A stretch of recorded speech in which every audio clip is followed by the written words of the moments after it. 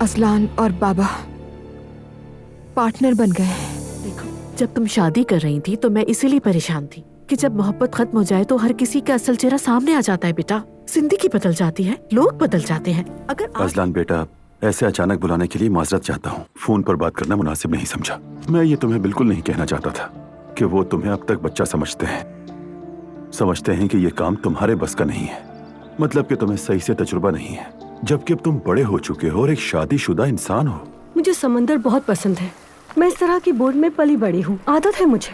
मैंने कहा मुस्तफा, ये जो हर गर्मी में समंदर किनारे होटल्स में जाने का सिलसिला है तो नहीं चलेगा। बेहतर है बोट ले ले। मेरी पीठ पीछे मुलाकातें हो रही हैं। अजलान, तुम होश में तो हो? भाई आप पुरसुकून रहिए, मुझसे बात कर रहा है। तो मैं भी नहीं कह सकता।